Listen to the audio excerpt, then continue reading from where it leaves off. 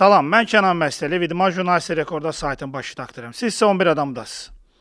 Ənənəvi 11 adamdasınız. Biz bu dəfə konkret bir mövzu ətrafında danışacağıq. Futbolçular oynayır, amma onları idarə edenlərdən biri də məşqçilərdir və onların funksiyaları çox vacibdir, çox öyrəniləsi bir mövzudur. Bu məqsədlə milli komandamızın sabiq futbolçusu, böyük karyerası olmuş futbolçu, hal-hazırda da AFFA'nın maarifləndirmə şöbəsinin rəhbəri olan Aslan Kərimovla danışacağıq. Aslan, xoş gəlmisiniz. Xoş gününüz olsun. Təşəkkür edirəm gəldiyinizə görə. Məşqçilik spesifik sahədir, çox vacib bir sahədir və biz bunun həmişə sadəcə televizorda gördüyümüz, yəni tamaşaçıda televizorda gördüyümüz tərəfində, amma onun içinə girmirik. İçində konkret o işin sahələri, belə deyək də, işin strateji, taktiki tərəfləri haqqında çox danışmırıq. Mən istədim bu barədə danışaq və siz də hal-hazırda AFFA maarifləndirmə şöbəsinin rəhbərisiniz.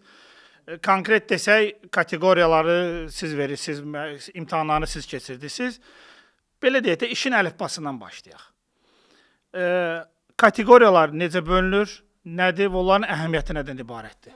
Tamam, belə deyək də, ilk öncə onu deyim ki, ümumilikdə bəlkə də dünyada yeganə bir idman növüdür ki, istənilən bir Harvardı bitirə bilərsən, dünyanın ən yaxşı universitetlərini bitirə bilərsən, Cambridge, Harvard fərqi yoxdur, amma futbol sahəsində bu baxımdan işləyə bilmirsən, bəlkə də bu UEFA-nın və FIFA-nın bir monopoliyasıdır. Ya bunu yaxşı və pis mənada demirəm ümumiyyətlə, amma qurum olaraq hal-hazırda bu belədir ki, yalnız və yalnız UEFA-nın verdiyi lisenziyalar əsasında sən Avropada işləmə hüququ eləyirsən, o cümlədən digər konfederasiyalarda da elədir ki, məsələn Cənubi Amerikada yalnız Cənubi Amerikanın lisenziyasını, yəni o FIFA-nın bayrağı altında olan o qurumda lisenziyanı almalısan ki, sən futbol sahəsində məşqçi kimi fəaliyyət göstərə biləsən. Və bu lisenziyalar kateqoriyalara bölünür. Necə ki, bir belə deyək də sürücünün kateqoriyaları var. Məsələn, bir motosiklet sürmək və yaxud da bir maşın, bir yük maşını. Futbolda da elədir ki, bunlar kateqoriyalara bölünür. UEFA-nın lisenziyaları məsələn müvafiq olaraq C lisenziyası, B lisenziyası, A lisenziyası və sonuncu olaraq da Pro lisenziyası gəlir.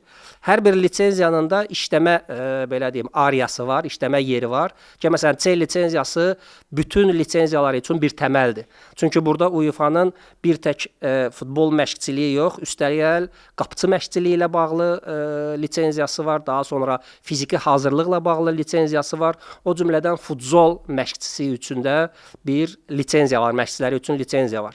Yəni istənilən bu yuxarıdakı belə deyək də digər sadaladığım lisenziyalara girməkdən ötürü sən ilk öncə C lisenziyasına sahib olmalısan.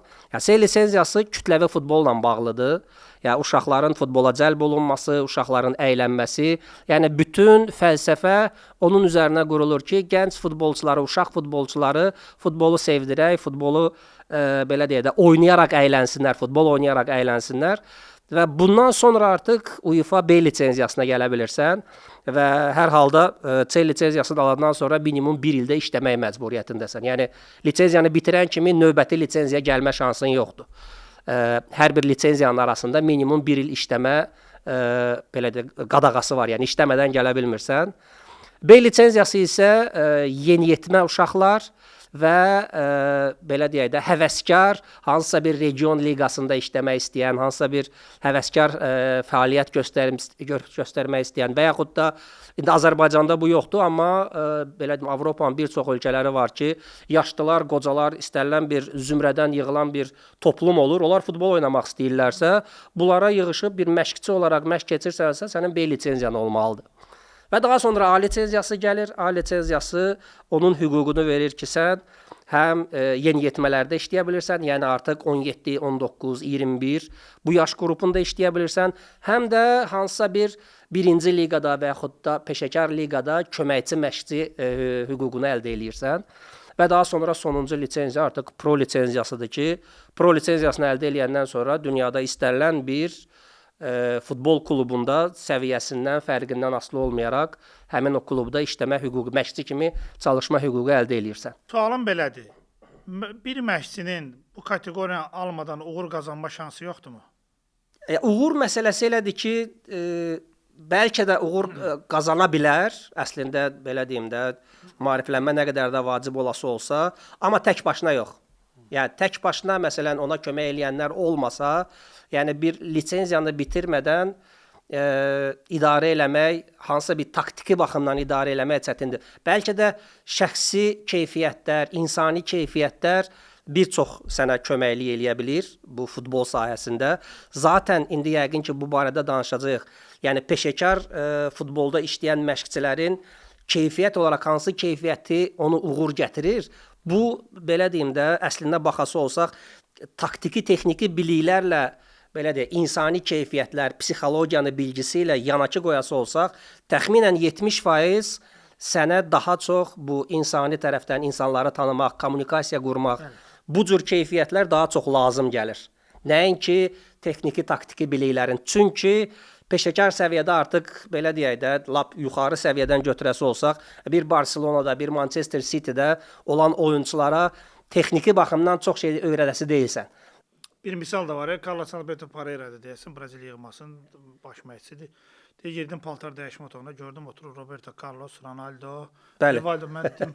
Ya bunlara mən nə öyrədəcəm ki? Çıxın oyun lazım, nəsə bir şey lazım olsun mən deyəcəm. Təbii ki, taktiki baxımdan da uşaqlara nələrsə deyirsən, futbolçulara nələrsə deyirsən, qabaqda sıxaq, bəlkə biraz geriyə düşək, cınaqlardan hücum eləyək. Bu ilə bağlı təbii ki, son qərarı bir baş məşqçi verir. Amma bu işin belə deyə də cəmi 30%-ni təşkil eləyir. Qalan 70% insanlarla kommunikasiya qurmaq, 22 nəfər egoist əlində oyunçuların var.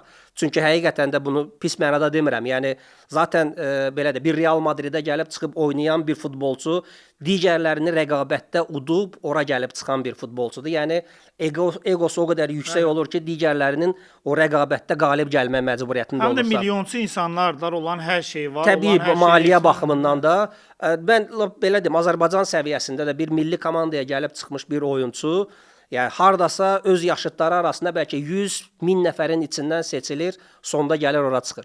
Və belə bir insanları idarə eləmək asan məsələ deyil və bir nöqtəyə onları cəmləmək ən çətin məsələdir. Üstəlik də 22 nəfər heyətdən 11-i əsas heyətdə oynayır ki, hamı əsas heyətdə oynamaq istəyir. Bəli. Və sən ilk 11-liyi seçməlisən, qıraqda qalanlar belə də narazı qalmamalıdırlar. Bütün bunlar hamısı sonuc etibarilə konfliktlərə gəlib çıxardır. Oyunçular arasında, məşqçi arasında. Bu bəlkə də gözlə görülməsə də belə, yəni məsələn mənim iddiam o deyil ki, oyunçular bir-birlərlə dava eləyirlər. Hətta belə şeylər də baş verir.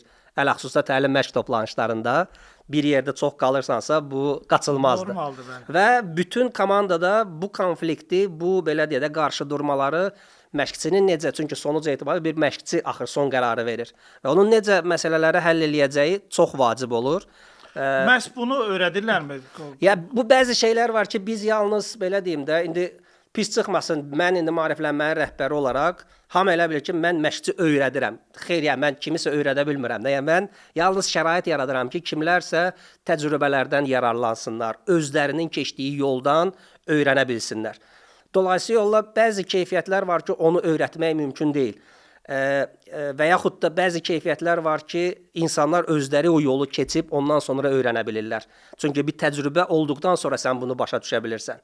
Biz yalnız kimlərinsə keçmişində olan, məsələn, hansısa bir məşqçinin, Guardiolanın tutaq ki, bir tez-tez olur Kloppla görüşmüşük, məsələn, Benitezlə görüşmüşük, bir çox məşqçilər, top səviyyədə məşqçilərlə, onlar öz keçmişlərindən, düşdükləri situasiyaların həllindən danışırlar və yaxud da bu situasiyalardan bilgi sahibi olan psixoloqlar var tutaq ki, o psixoloqlarla deyək də biz müzakirələr aparırıq. Onlar məsələn deyirlər ki, insanların keyfiyyətləri nədən ibarət olur? Adətən bu keyfiyyətdə olan insanlar daha çox nəyə tərcih edirlər? Bunları inandırmaqdan ötürü nə etmək olar? Biz bunlardan yalnız bir misallar gətiririk və yaxud da misalları qarşılarına qoyuruq. Daha sonra onlar özləri o yolu gedərkən indi bəlkə boşa düşürlər. Çünki neçə dənə insan varsa o qədər də xarakter var. Yəni xarakterlər bir-birinə çox da oxşamırlar. Ümumi tip olaraq eyni ola bilərlər, amma hər situasiya individualdır. Amma bir ortaq bir standart var. Təbii. Yəni belə deyim də, bir konfliktlərlə bağlı bir misalı gətirim ki, iki dənə oyunçu tutaq ki, bir-birləri ilə məşqdə futbol kontakt oyunudur, sürüşmə fənd eləyirsən, dəyir ayağına, biri kapitandır, məsələn, biri cavan oyunçudur.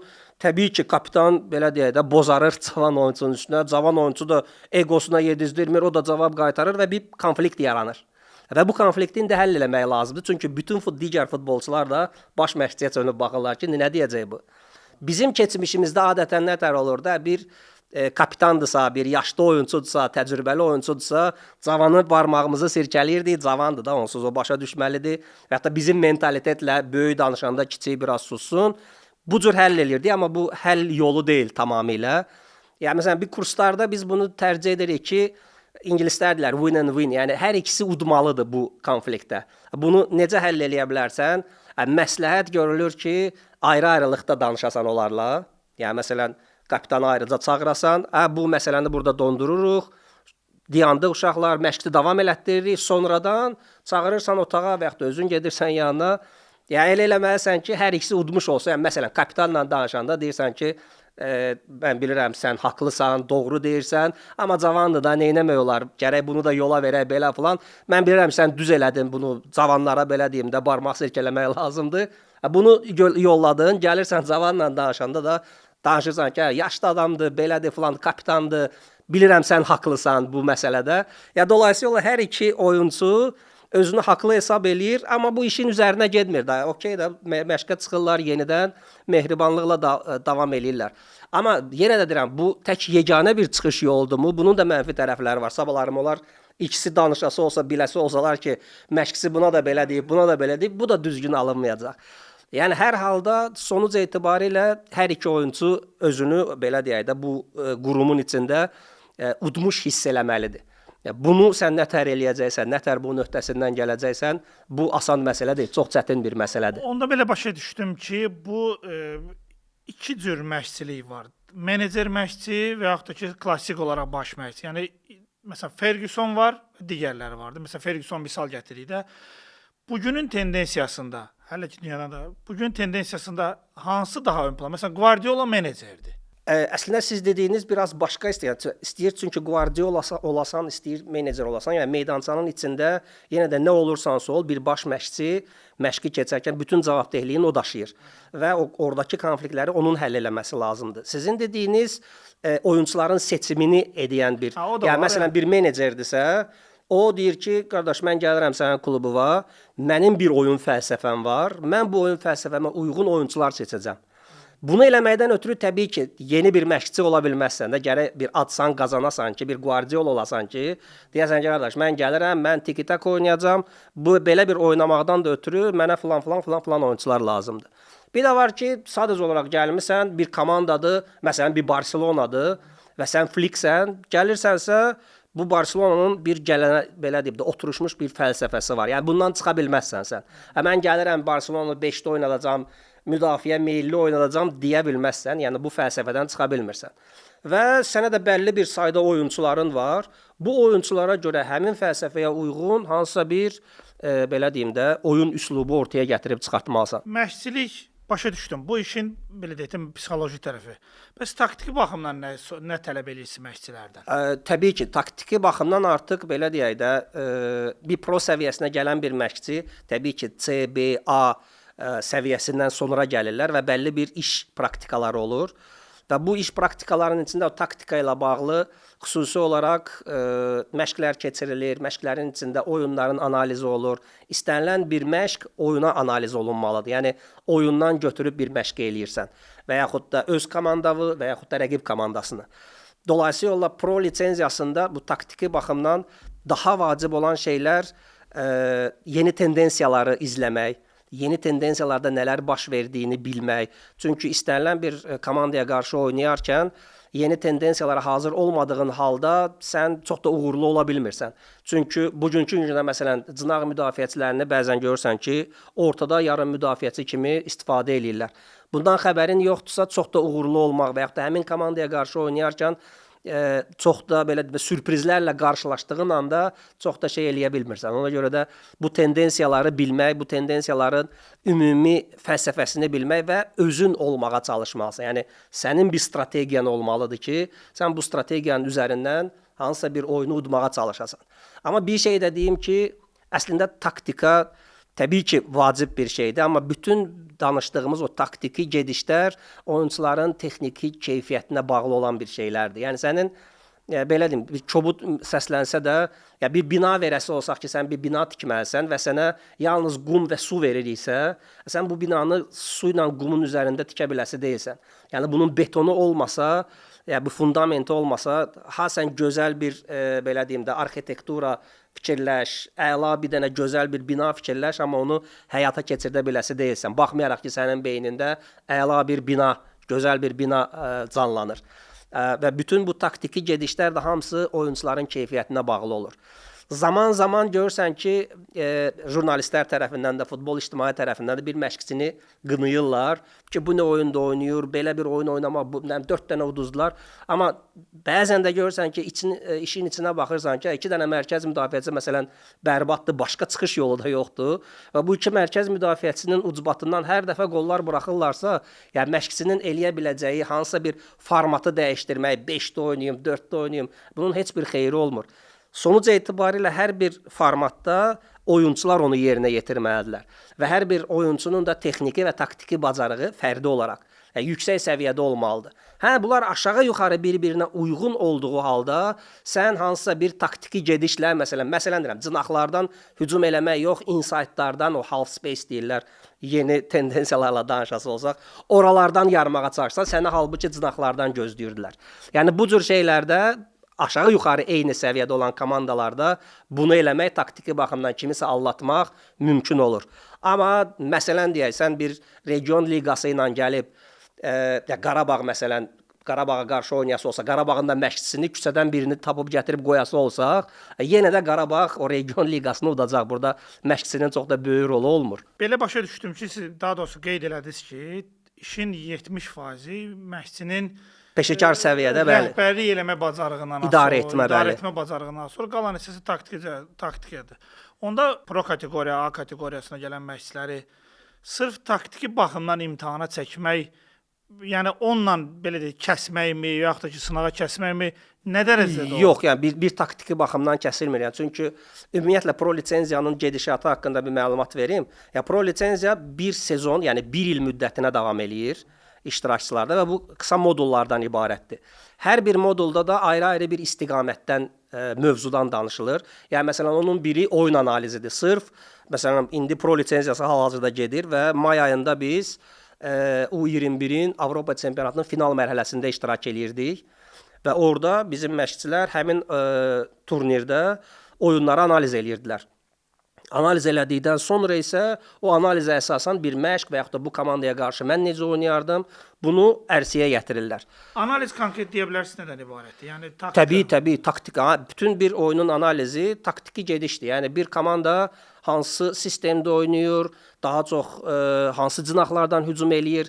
Bütün fazalarda, məsələn, hücum fazasında arxadan oyun qurarkən build-up deyirlər.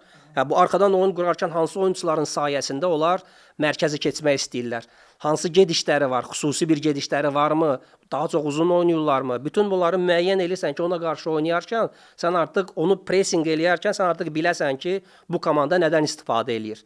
Və eləcənə də müdafiədə necə oynayırlar, keçidlərdə nə baş verir, bütün bunların hamısını da prezentasiya eləmək məcburiyyətindəsən. Dolayısıyla yolla sən bunu analiz eləyəndən sonra ən vaciblərini 20 dəqiqə ərzində, çünki futbolçular çox da qulaq asmağı sevmirlər. Nə qədər uzun çəkdiyi halda sən nə dediyindən asılı olmayaraq, dünyanın ən yaxşı sözünü desən belə beyinlərinə girməyəcək. Çünki insanın belə də 20 dəqiqə maksimum belə də tam konsentrasiya ilə qulaq asma imkanı var. Və bunu 20 dəqiqə çərçivəsində oyunçuların ən vacib şeyləri göstərmək, vizuallaşdırmaq ki, bax bu komandada zəif yerləri budur, güclü yerləri budur. Və bununla bu belə deyim də analizin əsl işidir. Yəni bunu da hər bir faza üçün eləyirsən. Standartlarda nə edirlər, künc zərbələrində hücumda nə edirlər, müdafiədə nə edirlər. Yəni bunların hamısı detallı şəkildə analiz olunur. Digər modullar bəs? Digər modullara gələsi olsaq, gəlir məsələn axır texniki taktik. Yəni artıq oyundan bir məşq ortaya çıxardıb, belə deyək də environment deyirlər ingilislər, bir şərait yaratmaqdan. Yəni oyunçularımızın oyuna hazırlanmaqdan ötürü bir şəraiti. Yəni sən hesab elədin ki, baxdın, gördün ki, tutaq ki, sağ cınaqları onların zəifdir. İndi sən məşqi elə qurmalısan ki, onu simulyasiya eləyəsən və həmin o sağ cinardan hansısa bir hücumların gedişlərini hazırlayasan. Və bunu 2-3 dəfə eləyəndən sonra, yəni bu təkrarlar eləyəndən sonra nə alınır, nə alınmır, biz oradan yara bilərikmi, hansısa bir düşünülmüş gedişlər olmalıdır. Çünki futbol o qədər sürətli inkişaf eləyir ki, ya sən düşünülmədən, əvvəlcədən bunu danışmadan elədiyin halda alınmır. Əgər mən əvvəlcədən biləm ki, mən topu sağa ötürəndə sən artıq bilməlisən ki, topu mən qəbul eləyəndə top sağa gedəcək. Sən o zaman yalnız müdafiəçini qabaqlaya bilirsən. Çünki belə deyim də, mən pası verəndən sonra sən gedəcəksənsə, müdafiəçi də ölməyibsə, o da orada sözsüz ki, belə deyim, o topun qarşısını almağa çalışacaq. Yəni artıq bunun həyata keçirilməsindən, belə deyim də, modulun içində analiz eləyirik, məşqləri tərtib eləyirik, məşqlərdə nətər idarə eləyirik və o cümlədən məşqin içində digər staff iştirakçılarını, yəni məsələn sənin bir baş məşqçisənsə, 2-3 dənə köməkçi məşqçin olur təbii ki, pro səviyyəsində. Ondan sonra masajistin olur, həkimin olur, administrator, fiziki hazırlıq məşqçi, qapıçı məşqçi. Bütün bunların hamısını necə kontrol eləyirsən bir məşqin içində və yaxud da məşqə hazırlıqda. Çünki çox vacibdir ki, köməkçi məşqçi öz vəzifəsini bilməlidir, o nə işdən ibarət olmalıdır. Yəni mən buradan deyəcəm, sən oradan deyəcəksən, o oradan deyəcək, bu bardak deyirik də biz buna. Yəni bu alınası şey deyil. Və iddiam o deyil də ki, baş məşqçi danışanda o birislər susmalıdır. Yox. Bəzən elə məşqçilər var ki, özü biraz kənara çəkilir, müşahidə eləyir, köməkçi məşqçi məşqi idarə eləyir. Bu da çıxış yollarından biridir. Çünki müşahidə eləmək, oyunçulara baxmaq, bu da vacibdir. Hətta deyirlər ki, Fergusonu misal gətirir. Ferguson hətta deyir məşqlərdə həftədə bir dəfə məşqə düşərdi, yoxsa o köməkçi? Mən əslində Fergusonun köməkçi məşqçisi ilə danışmışıq. Bu UEFA-da bizim qonağımız idi. David Morris də yadınıza gəlirsə, Fergusondan sonra David Morris. Moyes, bəli. Bəli. O baş məşqçi oldu. O da bizim qonaq idi. O deyirdi ki, bir dəfə oldu ki, Ferguson çıxdı məşqə, məşq keçməyə. Yaşlı vaxtları idi artıq, məşq alınmadı da, belə deyək. Yəni uşaqlar tamam başqa bir şey eləyirdilər. Hamı deyir, gülüşdü, elədi. Sonuc etibarilə futbolçular dedilər ki, "Ser, sən qalx yuxarı, otur yerində orada, rahat bizi izlə, biz öz işimizi görəcəyik, heç şeydən narahat olmayın." Yəni bu yolda təbii ki, belə deyək də, kimsə meydançanın içində aktiv işdə olmaq istəyir, kimsə qıraqda olmaq istəyir. Hər biri də öz-özlüyündə uğur əldə eləyir. Yəni bu cür gedişatda. Bəli, təbii ki. Yəni ümumi bir yol getməlisən. Bu yolu getməkdən ötürü bir baş məşqçi olaraq yaxşı rolları bölməyi bilməlisən ki, hər adamın işi, rolu nədən ibarətdir bu məşqin içində. Bu rolları böldükdən sonra daha sonra keyfiyyət ortaya çıxarda bilir ki, yəni mən məsələn sən bir fiziki hazırlıq məşqçisənsə, sən tək isinməyə baxacaqsan, yoxsa isinməklə yanaşı ki, bilirsiniz də GPS-lər falan var. Oyunçuların qaçış məsafələri, sprint məsafələri, yoxsa oyun formasına da sən baxacaqsan. Yəni və yaxud da oyun formasını kim tərtib eləyəcək? Fitness məşqçisi yoxsa taktiki bir məşqçi? Çünki sonuc etibarilə bir taktikanın da özü bir fiziki hazırlığa dayanır. Yəni sən məsələn deyək bir müdafiəni yarmaqdan ötürü bir məşq forması verirsənsə, bu məşq forması hansısa bir qaçışlara malik olmalıdır. Yəni bunun içində hansısa bir sprintlər olur. Bu da yüklənmənin dozası olmalıdır burada. Nə qədər çox olmalıdır, nə qədər az olmalıdır. Bütün bunların hamısına da daha çox fitness məşqçisi nəzarət edir. O GPS-lərlə kompüterin qabağında olur və oyunçuların nə qədər çox qaçdığı, nə qədər az qaçdığı tez-tez olur ki, az qaçırlar ki, onda artıq sən məşqçi olaraq belə deyək də hansısa bir oyunçuya irad bildirirsən ki, biraz artırmaq lazımdır. Başqa hansı xüsusiyyətlər tələb olunur? Meydançanın içində başa düşdüm. Məşqçi belə deyək də rəhbər olmalıdır, boss olmalıdır, bu öz yerində. Taktiki tərəfə keçməlidir. Başqa nə tərəf? Misal üçün kommunikasiya. Yəni ən vacib şeylərdən biri o gələk 70 tərəfinə, 70% tərəfinə. Yəni nə qədər də belə deyim də, ola bilər ki, Sir Ferguson kimi məşqə özün keçmirsən və ya da bir köməkçi tapırsan, bu texniki tərəfləri bilən, məşqləri yazmağı bacaran. Onu eləyəcəklər sən üçün. Yəni burada çox problemin belə deyim, yaşayası deyilsən. Yəni əsas məsələ insanları inandırmaq lazım gəlir ki, mən dediyim kimi oynayın. Bunu deməkdən ötürü və yaxud da o futbolçunun bu komandaya vacib olduğunu və yaxud da sən məşqçi olaraq baş məşqçiyə nə qədər onun məsələn bir oyunçu özünü hiss eləməlidir ki, mən nə qədər dəyərliyəm məşqçi üçün. Bugünkü gündə milli komandanın oyunu haqqında çox danışıldı da, düzdür? Nə qədər uşaqlar, futbolçular belə deyək də, Ayxan Abbasova görə oynadılar, nə qədər belə elədilər. Şahidiyəm orada. Yəni bu açıq-aşkar bunu görürsüz də, mən hesab edirəm ki, bu futbolçu, baş məşqçi olmağa da ehtiyac yoxdur bunu qıraqdan görməyə.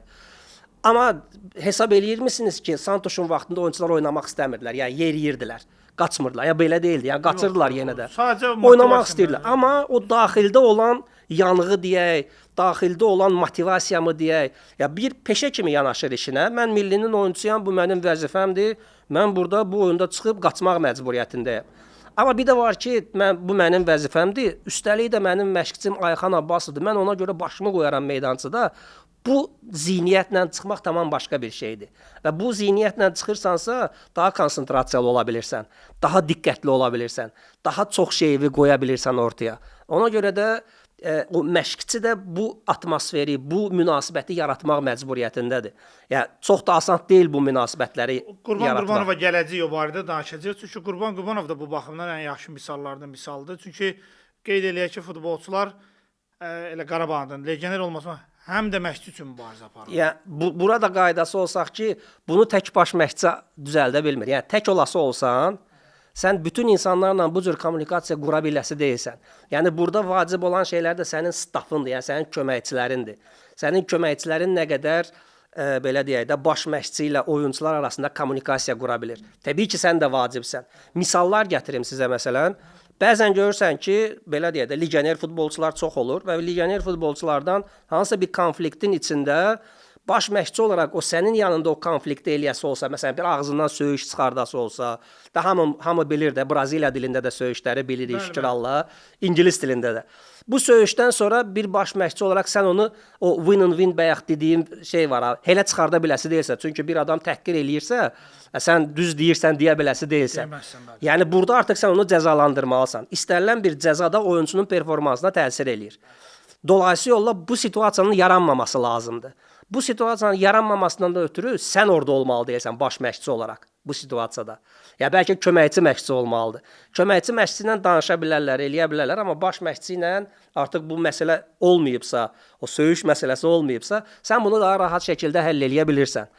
Ona görə də bəzən görürsən ki, köməkçi məşqçilər özləri daha yaxınlıq eləyə bilirlər və yaxud da oyunçu söyübsə, məsələn məşqçisinə hansısa bir belə deyim də, söyüşlə belə deyibsə, belə göndəribsə onu harasa, amma bunu bir köməkçi məşqçi gəlib baş məşqçi deyir ki, sənə belə söydü, belə elədi, belə deyəcəksə, təbii ki, bu alınası deyil. Amma işin içini belə deyək də bizim təbirdən deyən malalyası olsa, ki, okey də dediyin, amma belə şeylər eləmək olmaz. Baş məşqçi deyəndə ki, o nə dedi, söydü məni yoxsa yox, sən deyirsən ki, yox, söymədi, başqa şey dedi.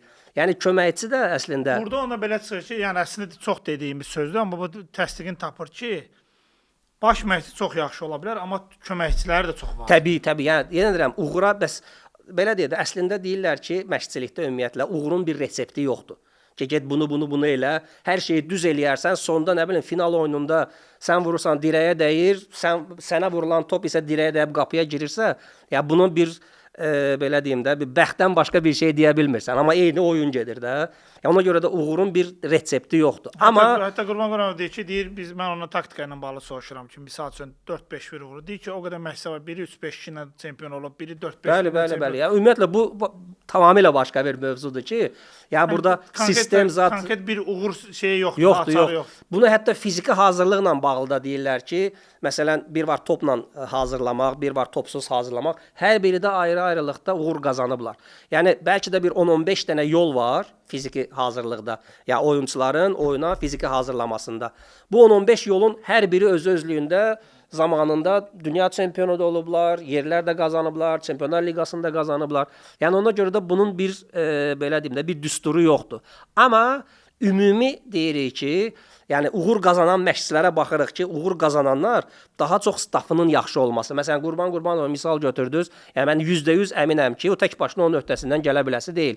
Yəni onun yanında məsələn Qurban hisslənən vaxtda onun yanında sakit bir Elçin var məsələn. Elçin hər şeyi soyuq başla, soyuq belə deyim də, soyuqqanlı şəkildə hər şeyi görə biləcək. Elçini hisslənən və yaxud da nə bilim harasa vuran eləyən olur. Onda başqa bir məşqçi Qurban sakit olmuş olur onda.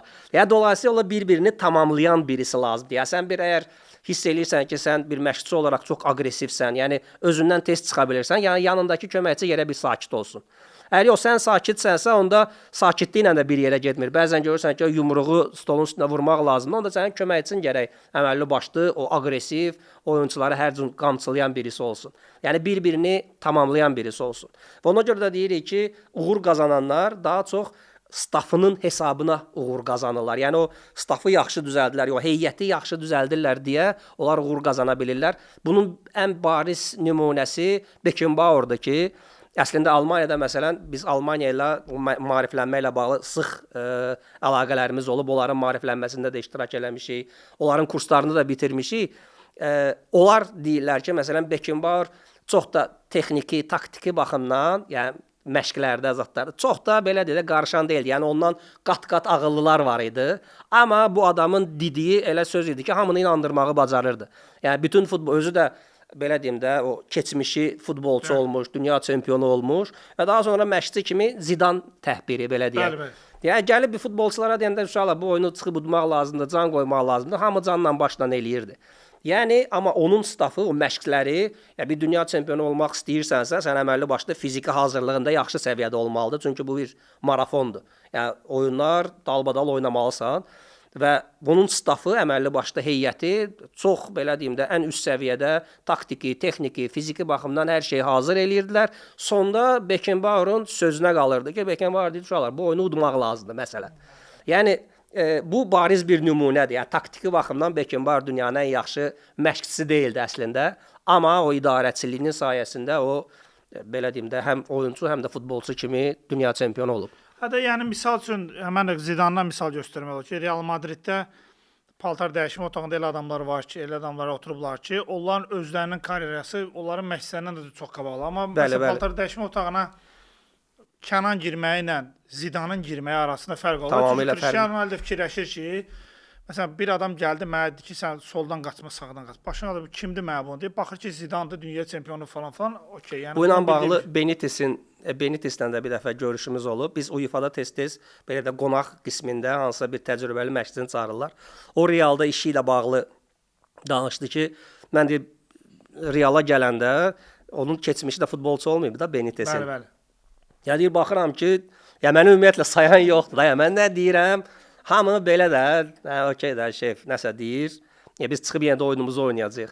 Amma bunu bir Zidane içəri girəndə, Zidane bəlkə ağzına gələni danışsa da belə, yenə də bu Zidane'dır, deyirlər bu adam da dünya çempionudur, bir futbolçudur. Yəni bu ilkin təəssürat çox vacib olan bir aspektdir və Real Madrid kimi bir komandada bir məşqçi istər-istəməz keçmişində də futbolçu olması çox vacib olur orada artıq. Yəni keçmişində futbolçu olub onları inandırmaqdan ötürü. Yəni yenə deyirəm, işin texniki, taktiki tərəfinə heç girmirəm. Benitez əla bir taktik idi. Yəni Benitezin fikirləri sübut edib bu vaxtda. Sadəcə yəni, Madriddə alınmadı da. Ona görə niyə görə alınmadı? Çünki dünya ulduzları da hamısı, yəni onun dediklərini qəbul eləmədilər. Bu məqamda soruşum. Bu barədə əslində çox müzakirə olur.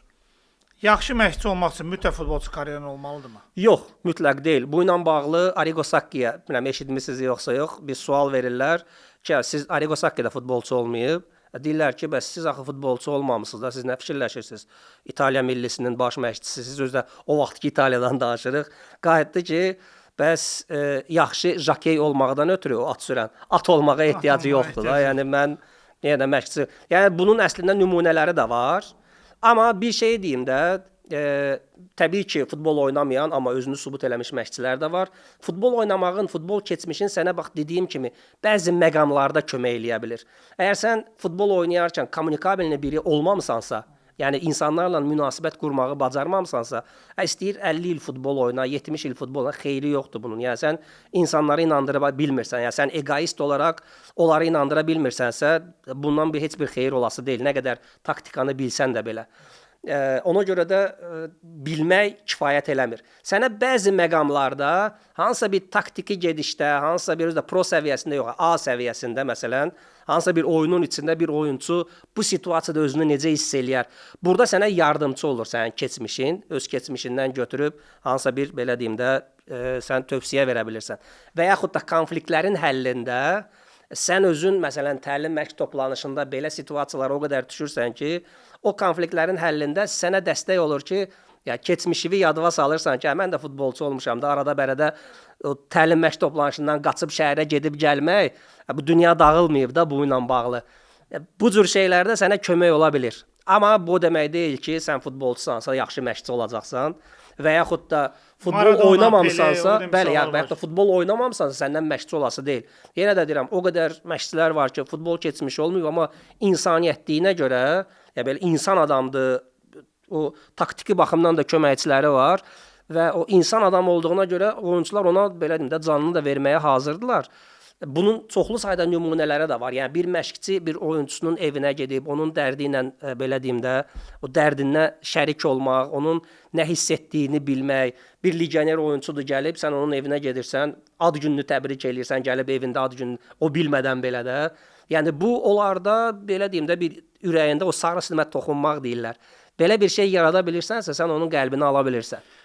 Yəni belə deyək də, bir qədər bəlkə də qəribə səslənir, amma futbol o qədər də dəhşətli çətin bir idman növü deyil də. Yəni biz nə mənada, yəni bunun minimal bir formada oynamaq üçün futbolçuların özlərinin çıxıb meydana çıxıb 1 yaşa gələndən sonra oynamağında bir problem yoxdur. Yəni sən sadəcə bəzən o istiqamət verməyin bəs eləyir də. Məşqçi kimi bəlkə də, amma belə deyim, gürcülər deyirlər, futbol iqra sложно, но его играют просто.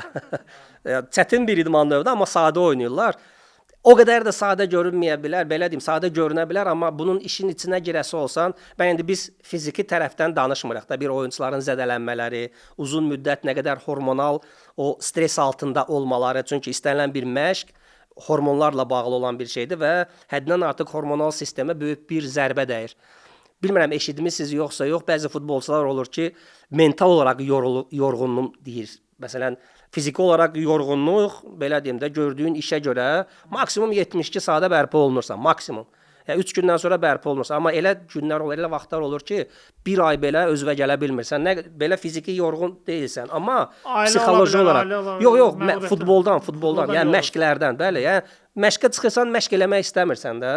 Yəni o da hormonlarla bağlı olan bir şeydir. Yəni təsəvvür edin ki, hər gün sən məşqə çıxırsan, hormonal sistemini əməlli başlı türklər demişlər, tətikləyirsən, yəni onları belə qıcıqlandırırsan və bu stressdə uzun müddət, 3 il, 4 il, 5 il ümumilikdə bu qədər gedəndən sonra bir nöqtədə artıq o hormonlar əməlli başlı sənə belə deyim də təsir eləyir ki, ya bundan o tərəfə eləmək olmaz artıq, ya biraz pauza lazımdır.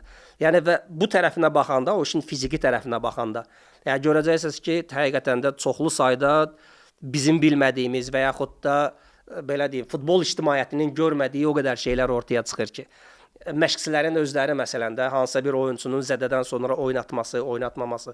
Belə baxanda biz deyirik ki, zədə bitdi, bu oynamalı da bu oyunçu. Niyə oynatmırsan? Amma bəlli bir müddət keçməlidir ki, o yenidən həmin o oyun dinamikasına qayıda bilsin. Yenidən onu meydançaya buraxıb nəsə performans əldə eləyə biləsən onunla. Bu tərəfləri həddindən artıq çoxdur. Bu məqamda nəyə toxunmaq? İctimaiyyətin fikri ilə bağlı. İctimaiyyətin bir tərəfi də mediadır. Bəli. Mən daxil olmaqla.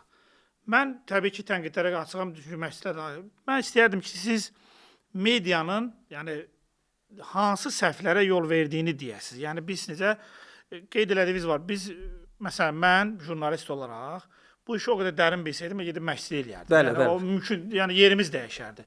Amma bir yerə qədər bilməliyəm. Bir yerə qədər elə bir nöqtə var ki, sualımı dəqiqləşdir.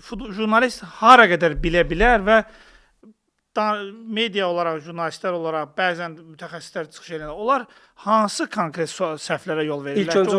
İlk öncə onu deyim ki, əslində elə pro lisenziyasının içində bir modulda jurnalistlərlə olan media ilə məşqçilərin kommunikasiyası da təbii ki, bu bir şey də deyim sizə, bir faiz olaraq ki, Avropada məşqçilərin qovulması heç də onların futbol bilgisinə görə deyil. Yəni media ilə hardasa 65% media ilə doğru düzgün kommunikasiya olmamasının sayəsində olur. Yəni media acı cavab verir, lazım olan bilgiləri vermir, media onu tənqid eləyir.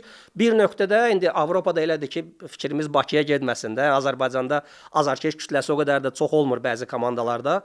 Amma təsəvvürə gətir ki, bir Fənərbağçada neçə milyon azarkeş kütləsi var və yaxud da bir Barselonanın, bir Real Madridin və jurnalistlər, bütün media ancaq yazır ki, bu məşqçi düzgün eləmədi, bu məşqçi düzgün eləmədi. Bir nöqtədə prezident deyir ki, qardaş, bəsdir, yəni bu qədər insan artıq səni istəmirlər, hə də yox. Səni istəmirlər. Yəni sən düz olsan da belə səni çıxartmaq məcburiyyətində qalırlar. Və dolayısıyla 65%, yəni bu az rəqəm deyil. Yəni məşqçilər o kommunikasiyanın sayəsində xaric olunurlar işindən. Ona görə də media ilə məşqçilərin arasında əməlli başlı kommunikasiya olmalıdır. Gələsi olsaq, mən əslində bir şeyləri demirəm. Yəni iş elə bir şeydir ki, mediada bu işin bir hissəsidir də.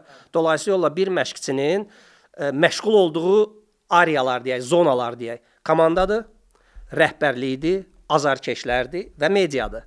Yəni ayrı-ayrı belə deyim zonalardır ki, sən bunlara hansınasa biraz çox, hansınasa biraz amma vaxt ayırmalısan və kommunikasiya qurmalısan peşəkar səviyyədə. Onlardan da biri mediadırsa, sən bəlli bir mediaya informasiya verməlisən. Yəni çünki adamların işi nədənsə yazmalıdırlar da. Yəni informasiya bəli. Yəni sən nəsə informasiya verməlisən. Sən amma gəlib oturursansa, yox deyirsənsə, ya bu ilə belə deyim də onların heç birinin yazısı gedəsi deyil. Sən olursan onlar üçün bir düşmən, məşqçi olaraq. Və bir çox məşqçilər də əslində bu kommunikasiyadan qaçmağa çalışırlar. Amma siz də görmüsünüz ki, bəzi məşqçilər də var ki, elə qəşəng danışırlar, elə belə deyək, məzəli danışırlar. Həm informasiya verir, həm də onun belə deyim də intervyusu, onun müsahibəsi azarkeşlər üçün maraqlı olur və hər zaman ondan belə deyim müsahibə almaq istəyirlər. Ki bunlardan biri Allah rəhmət eləsin Böyüğa müəllim idi. Yəni jurnalistlərin şeyindən getdi. Yəni mən onun taktiki, texniki, çempion oldular, olmadılar. Bu tərəfinə heç gedib girmək istəmirəm, amma adam həqiqətən də jurnalistlər önündə elə danışırdı ki, o oxunurdu, kiminsə də xətrinə də dəymirdi. Ya deyəsi olsan ki, kimisə təhqir elədi. Elə bir şey də eşitməmişəm ən azından Böyüğa müəllimin adından. Hə, məsələn deyə bilərdi ki, Qəbələ o vaxt bəli, o vaxt Qəbələ ilə məsələn Qəbələ güclü vaxtlarında Qriqorçuk idi məsələn. O deyirdi ki, Qriqorçuk kimdir ki? Tanımıram mən belə. O da bir taktik gəlsin. Bəli. Hə, niyə də olmasın da? Deyirdi, tanımıram, biz udacağıq oyunu və onun danışığında əməlli başlı o media ilə yaxşı bir kommunikasiya var idi. Və bu kommunikasiyanı qurmaq lazımdır. Təbii ki, media qarşısında dediyim bəzi sözlər var ki, onu sonradan sənə qayıdıb üzvə belə deyim də, əməlli başlı vura bilərlər, xatırlada bilərlər. Son dövrlərdə məsələn Vaqif Cavadovun belə deyim də o qədər də xoşa gəlməz bir cavabı oldu ki, əslində bir tərəfdən baxanda haqlı idi. Məsələn deyək, mən pro lisenziyalı məşqçi olaraq bir jurnalist sənin bir keçdiyin bir yol var ki, hər şeyi bilə bilməz də. Yəni sən taktik olaraq məşqdə olmadan bunu bilə bilməzsən bir jurnalist olaraq. Amma ya sən mənə bu sualı verməkdən ötürü sən gərək pro lisenziyan olsun deyəndə bu artıq biraz başqa cür çıxır. Onda belə çıxır ki, məsələn bir aşpaz yemək bişirir, mən baxıram dadına. Bu yeməyin dadını bilmək üçün mən aşpaz olmalı deyiləm ki, baxıram ki, bu yemək dadlı deyil də. Yəni bu adam yeməkdə ya duzu çoxdur, ya istiotu çoxdur, ya da ki, yemək keyfiyyətsiz. Təbii haqlısınız. Və yaxud da başqa şey deyim ki, güya ki, Guardiolaya sual verənlər, pro lisenziyalı məşqçilərdir ki, və yaxud da Mourinho'suna olsun, nə bilim, Klopp'una olsun. Yəni mən onu bilsəydim, pro kateqoriyasının yerim mən orada oturardım, Vaqif arxada. Sadəcə olaraq bax, yenə deyirəm, əslində sözün əsl mənasına baxası olsan, ya belə deyək də sakit başla, yəni emosiyasız. Hə, həqiqətən də bir pro lisenziyalı məşqçi ilə taktikadan danışmaq və yaxud da ona belə deyim, irad bildirmək biraz ehtiyatlı olmağa dəyər də. Yəni ən azından bu nəyisə oxuyubsa, bilirsə, amma sənin peşən jurnalistika olubsa, sənin aldığın ola bilər. Mən yenə də demirəm ki, bəlkə bir hansısa jurnalist var ki, seminarlarda iştirak eləyir, ora gedir, bura gedir. Bunlar da ola bilər. Yəni oxuya bilərlər, gedə bilərlər. Hansısa bir təməl şeylərdən xəbəri ola bilər. Və ondan da sual verə bilər. Amma dərinliyinə gedəsə olsan, təbii ki də, yəni adam əgər təcrübəsi varsa, bu cür danışmaq biraz ehtiyatlı olmağa dəyər bu jurnalist üçün. Təbii ki, çünki mən o məşqində iştirak eləmirəm, axı mən bilim ki, o fiziki hazırlığında 3 dənə rivok verir, verməyib. Amma bu kommunikasiya, yəni belə bir kommunikasiya, belə bir aqressiv cavab sonuc etibarilə onun tərsinə gətirib çevirdi ki, belə şey demək olmaz da, yəni bu cür yanaşmaq olmaz. Hə, bunun içində başqa cür deyə bilərsən ki, yox, mən hesab edirəm ki, siz düz fikirləşmirsiniz. Bir jurnalistə belə cavab verə bilərsən. Ya sən Mən deyirsən düşünürəm ki, ki, belə olmalıdır, hə, danışam. 4-də oynamalıydın bu oyunda, mən 5-də oynamışam. Xeyr, yəni mən hesab edirəm ki, Kənan sən düz demirsən, çünki sən mənim məşqimdə olmamısan. Mən hesab edirəm ki, bizim nə bilim 2 dənə mərkəz müdafiəçimiz daha yaxşı idi. Üçüncüyə ehtiyac duymurdun və yaxud da zədəli idi. Sizin fikriniz yanlış fikirdir. Bu tamamilə başqa bir yanaşma tərzidir. Kənan, sən heç nə bilmirsən. Sən belə desən, mənimlə danışmağa heç hüququn çatmır. Bu artıq ayrı bir yanaşmadır. Sonuc etibarilə bəlkə eyni cavabdır, bəlkə də belə deyək də, amma yanaşma tərzi tamamilə fərqlidir. Ona görə də bu cür şeylərdə biraz ehtiyatlı olmalıyıq məşqçilər olaraq. Jurnalistlərdə də bəzən görürsən ki, həddindən artıq çox texniki tərəfə və ya taktiki tərəfə girirlər. Ya burada da biraz məşqçilərdə qıcıq yarana bilər. Bəlkə də bilmirəm, bəlkə də bilərəkdən bəzi jurnalistlər var ki, bunu eləyirlər ki, bir sensasiya olsun. Yəni deyirəm, mən əslində işin hər iki tərəfini bilirəm. Çünki uzun müddət həm jurnalistlərlə belə deyim də çox yaxın münasibətlərim olub, həm də məşqçilərin içindəyəm.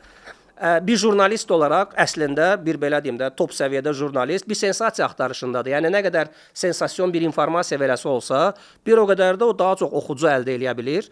Və mən bəlkə də bir simulyasiya eləyib səni qızışdırıb, sən durub nə bilim hansısa stəkanı atası olsan mənə tərəf. Bu əməlli başlı belə deyim də oxuna biləcək. Jurnalist qalib gələcək. Bəli. Yəni mən əslində bəlkə də bilərəkdən bunu eləyə bilərəm. Amma bəzən görürsən ki, bilməyərəkdən belə deyək də bəzi suallar olur, nə bilim, keçmişdə bilmirəm uşaqlığınızda yadınıza gəlir, Bruce Lee güclüdür yoxsa nə bilim Jackie Chan güclüdür. Bu suallar biraz yersiz suallar. Yəni hansısa bir komandaları müqayisə eləmək, hansısa bir sənin dönəmin yaxşıdır yoxsa filankəsin dönəmi yaxşıdır. Ucuz aviabilet hansı günə var? Sualını tez-tez verirsinizsə, aybilet.az-a daxil olub təqvim bölümünə keçid alın. Uçmaq istədiyiniz şəhəri daxil edin. Bu cədvəl sayəsində ən ucuz biletin hansı ayda və ayın neçəsi olduğunu öyrənə bilərsiniz. Əgər çətinlik çəksəz, saytın sağ tərəfindəki video təlimatdan faydalana və ya WhatsApp-dan dəstək ala bilərsiniz. aybilet.az. Səyahət bizimlə başlar. O artıq jurnalistin peşkarlığından asılıdır. Çünki elə bir vaxt gəlməz. Çünki mən də bilirəm ki, məsələn, mətbuat konfransında veriləcək suallar ayrıdır. TPT müsabiqədə veriləcək suallar ayrıdır. Və yaxud da ki, hər hansı bir tədbirdə veriləcək suallar ayrıdır. Təbii ki, bu artıq jurnalistikanın özünün detallarıdır. Siz necə ki, məşqçiliyin detallarından danışırsınız. Jurnalistikanın da öz prinsipləri var, yeri, vaxtı var hər hansı bir sualın verməyi. Sadəcə mən düşünürəm ki, məşqçilər jurnalistin verdiyi sualda pis niyyət axtarmamalıdır. Səhv eləyirlər elə. Çünki jurnalistə məsələn 10 nəfərin onu da eyni olmuyor. Təbii ki, onun içində birinin niyyəti pis ola bilər. Məşqçini belə deyək də iynələmək və yaxud da ki, onun səhvini axtarmaq olar. Amma əksər hallarda biz bilmədiyimiz şeyi soruşuruq da. Yəni məsələn, müəllim, bu oyunda falan oynaya bilmədi, cinahlar nədən ola bilər? Bunu danışa bilərik. Tam haqlısınız. Ona görə biz əslində deyirik ki, məsələn, bunu media ilə danışanda danışmışıq. Yəni Proda bizim belə deyim də çox qocaman bir jurnalistimiz var idi UEFA-da. O bütün Çempionlar Liqasında falan iştirak edənlərdən biridir. O deyirdi ki, əslində məsləhət görürəm ki, intervyuya çıxmamışdan qabaq, jurnalistlərin qarşısına çıxmamışdan qabaq biraz zaman əldə eləyin. Yəni biraz o oyundan direkt sonra uduzmusan və yaxud da udmusan, ələxüsusda uduzandan sonra o alovlu başdan biraz uzaqlaşın ki, biraz daha rasional olasınız, daha biraz başınız sakit olsun. Biraz götür-qoy eləyin ki, məşqçi olaraq ki, mənə nə suallar verə bilərlər, mənə nə deyə bilərlər. Buna biraz hazırlıqlı olasan. Ondan əlavə bütün sualları cavablandırmağa çalışmalısan. Bu və ya digər şəkildə. Təbii ki, indi belə deyək də biz belə sərhəddin bir tərəfində məşqçilərdir, bir tərəfində jurnalistlər. Bəli. Biz məşqçilərə deyirik ki, mümkün qədər çox belə də açıq informasiya verməməyə çalış. Çünki nə qədər çox detallardan deyəsi olsan, sabahsı gün alınmasa bu sənə qayıdacaq da istər-istəməz. Ona görə də ümumi suallardan danış, ümumi şeylərdən danış. Daha sonra məsələn səndən soruşmayan şeyləri demə. Yəni soruşmayıblarsa bunu nəyə deyirsən ki də? Soruşurlarsa, okey, deyə bilərsən. Dolayısıyla o kommunikasiyanı müsbət mənada yaxşılaşdır, amma bütün hər şeyi də açıb vermə. Yəni çünki başqa şeylər də o qaranlıq qalan şeylər də qalsın. Çünki hər şeyi açıb deyəsi olsan, sonuc etibarilə sənə heç nə qalmır. Ona görə də bu şeylərdə soyuqqanlı olmaq, sakit qalmaq, jurnalistlər qarşısına çıxarkən və bütün suallara da cavab verməyə çalışmaq. Yəni nə sual veriləsi olsalar da o sualı normal şəkildə cavablandırmağa çalışmaq lazımdır. Biraz da məşqçilərin fərdi bilikləri haqqında soruşmaq istəyirəm. Bu nə dərəcədə vacibdir? Məsələn, kompüter arxasında oturub işləməyi bacarmaq və yaxud hər hansı bir dili bilmək. Məsələn, bir məşqçi öz dilində möhtəşəmdir. Azərbaycan məsələn bir məşqçi var ki, futbolçuna hər cür onu başa sala bilər, amma dil biliyi vacib ola bilər. Dil nə dərəcədə vacibdir? Təbii ki, komandada legionerlər var. Sən misal üçün bir Braziliyalı var, sən o Braziliya dilini, Portuqal dilini bilməyə məcbur deyilsən. Yəni əzbər bilsən elə o 10 dənli ölkədən gələni var. 10 dil bilsən məşqçi işləyir, poliglot işləyərdin də. Yəni o cəhətində dil bilikləri, kompüter bilikləri, məşqçinin mütaliəli olması, bu detallar nə dərəcədə mütləq şəkildə vacibdir. Çünki bugünkü gündə əgər belə deyək də, hələ bu kompüter məsələsinə ümumiyyətlə aşağı belə deyim də C-də, B-də artıq bu məcburiyyətdir. Yəni sən artıq kompüterdə prezentasiya eləmək məcburiyyətindəsən. Oyunu kəsib, doğrayıb, qısa epizodlara gətirib çıxartmaq bacarığın olmalıdır. Çünki bunu eləyə bilməsən, sən artıq lisenziyanı keçə bilmirsən. Bəlkə bir 10 il bundan əvvəl o qədər də vacib deyildi, amma bugünkü gündə sənin futbolçun TikTokda, nə bilim, bu belə deyək də bu sosial şəbəkələrdə və yaxud da kompüterdə istədiyi şey eləyə bilirsə və sən eləyə bilmirsənsə, bunun öyrətmə prosesində nələrisə əksik olduğu ortaya çıxacaq. Və bu baxımdan bilməlidirlər. Pro səviyyəsinə gəldikdə təbii ki, bir məşqçi pro səviyyəsində bizdə, kursun özündə, tək bizdə yox, ümumiyyətlə Avropada kompüterdə nələrisə işləməyi, kəsib doğramağı, PowerPoint-da prezentasiya eləməyi bacarmalıdır, amma bunun belə deyim də mütəmadi işində bunu özü eləyəcəkmi? Bu məsələnin ikinci tərəfidir. Yəni eləməyə də bilər. Bunun üçün köməkçiləri var. Bu köməkçiləri bunun öhdəsindən gələcəklər. O ki qaldı digər məsələlərə. Hesab edirəm ki, məşqçilərin dil bilməsi, özünü mütaliə eləməsi həddindən artıq çox vacibdir. Sözüm yox, bəzən ola bilir ki, bir dil bilirsən, bəzən iki dil bilirsən, amma bir şey faktdır ki, yəni bir oyunçu ilə onun dilində danışmaq bu daha çox effekt verir. Yəni bu bir mənalı şəkildədir. Və bir Azərbaycanlı ilə Azərbaycan dilində danışmaq, onun dərdini öyrənmək, bir fransızla fransız dilində danışmaq, onun dərdini bilmək, dərdinə şərik olmaq, bu tamamilə başqa bağlar yaradır, nəinki tərcüməçi ilə danışırsan. İkinci tərəfdən isə futbol elə bir sahədir ki, daim hər şey dəyişilir, yeni tendensiyalar ortaya gəlir. Sən inkişaf eləməsən, dəyişikliklərə adaptasiya olmasan, uğur qazana bilmirsən. Məsələn, 10 il bundan qabaqki futbolla indiki futbolun arasında artıq çox dəyişikliklər var. Təbii ki. 10 il bundan qabaq fiziki hazırlıqla indiki fiziki hazırlıqda dəyişikliklər var. 10 il bundan qabaqki nəsil tamamilə başqa bir nəsildir. Yəni məsələn mənim nəslim biz də böyük girəndə heç biz ayağa qalxırdıq da. Bu özündən asılı olmayaraq da belə. Ancaq indi bu gün qalxmaya da bilərlər. Bugünkü günün tələblərinə görə qalxmırlar. Pisdir, yaxşıdır, mən bunu müzakirə eləmirəm. Amma bugünkü gün belədir. Sən buna görə hazır olasan məşqçi olaraq. Buna da hazır olmaqdan ötürü daim mütaliə eləməlisən. Mütaliə də deyəndə dil bilmirsənsə, ingilis dili, rus dili bilmirsənsə, biraz çətinlik yaranır. Çünki Azərbaycan dilində futbolla bağlı çox da vəsaitimiz yoxdur. Vəsait olaraq biz aşağı səviyyələrdə, federasiya olaraq, əlxüsusda maariflənmə şöbəsi olaraq 2-3 dənə kitab çap eləmişik. Biri öz məhsulumuzdur, biri Almaniyadan götürüb tərcümə eləmişik, Osman tərcümə eləyib, çap eləyib. Bunu, belə deyim də, məşqçilərə ərz eləm, amma bu, belə deyim də, okeanda bir damladır. Məsələn, bir Almaniyaya baxası olsan, 100 minlərlə kitabları var. O, futbol psixologiyası olsun, insanlarla kommunikasiya olsun, bu sahələrdə.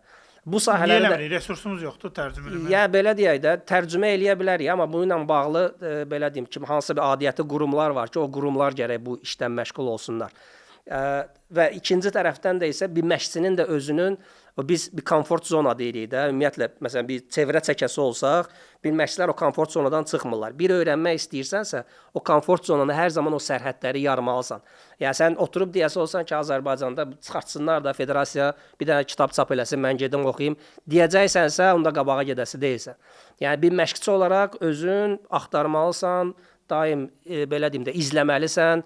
Məsələn, məşqçilər biz ortalama olaraq götürəsi olsaq, bir il yarım ümumilikdə ömrü var da, hər bir klubda işləyərkən və tez-tez də dəyişilir. Arada pauzalar yaranır. O pauzalarda hansısa bir, belə deyim də, xarici ölkəyə gedib, hansısa bir akademiyaya gedib, hansısa bir klubun nəzdində bir məşqçinin yanına gedib öyrənə bilərsən. Mən, məsələn, bunun şahidi olmuşam ki, Ranierini eşitmişsiniz də, Leicesteri çempion eləyən məşqçi. Leicesterdən qabaq mən özüm pro lisenziya oxuyurdum və getmişdik Bayer Leverkusenə Roger Schmidtin məşqini, bir həftəlik məşqini izləməyə. Bu pro lisenziyasında vacib şeydir də. Yəni getməlisən, baxmalısan, daha sonra oradan götürüb gətirib kolleqalarla paylaşmalısan. Və bu da belə deyim, buna qiymət verilir. Biz orada olanda Osmanla ikimiz idik. Osman Alman dilini təmiz danışdığına görə ikimiz bir yerdə. Bir də gördük bu qoca kişi gəldi Ranieri. Ha dedi ya buna bax.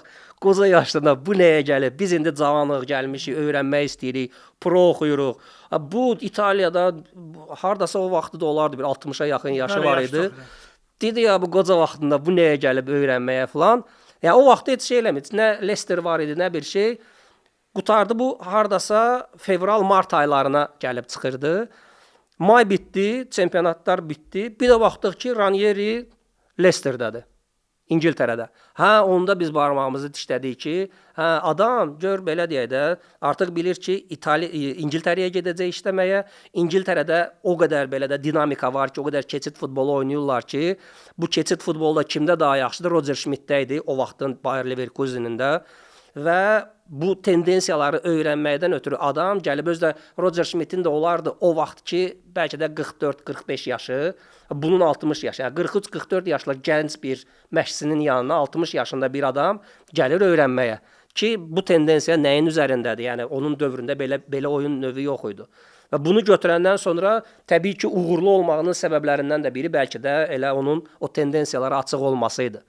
Nəyə gətirib çıxardıram? Yəni məşqçilər özləri də gedib harasa baxmalıdırlar, gedib hardansa öyrənməlidirlər. Öyrənməlidirlər, təcrübə toplamalıdırlar.